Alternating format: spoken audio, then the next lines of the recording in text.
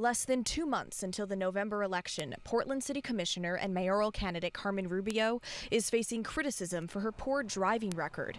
Most recently, she was caught on camera hitting a parked car. We talked with her outside council chambers a few days later.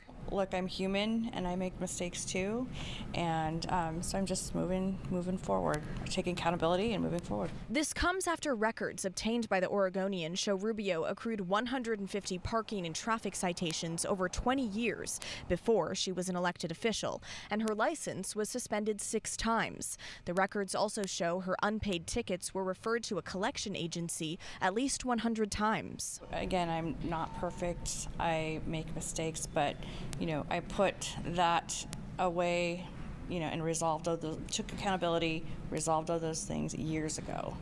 And that was during a different part of my life. It was when things were hard.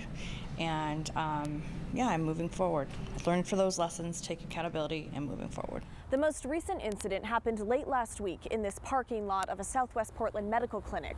Commissioner Rubio pulled into a parking spot and scraped a white Tesla. Here's what happened next. In dashcam video sent to the Oregonian, Commissioner Rubio is seen looking back at the car and walking away. She says she didn't notice the marks she left on the Tesla.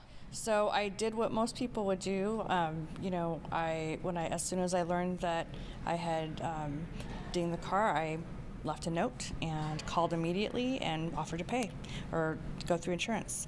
So I did what most people typically do in that situation, and that's the best I can do. So you did leave a note? I called.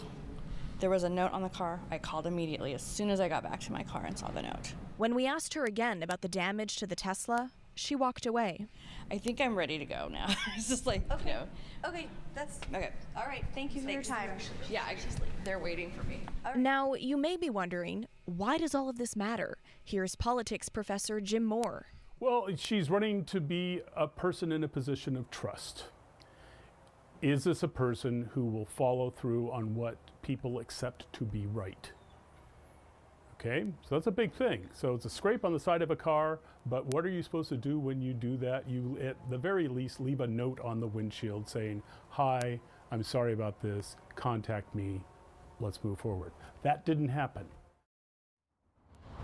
Now, in a written statement yesterday, Rubio says she felt exploited by that Tesla owner, saying that in their conversations, the woman repeatedly brought up the fact that Rubio was an elected official and that she was concerned over her previous traffic violations, and that because of that, she was going to bring this to the media. Rubio also claims that the woman asked for a Venmo payment, but that's all in the hands of the insurance company now. Now, all of this may raise some skepticism around Rubio's ability to follow simple laws, let alone lead the city as mayor.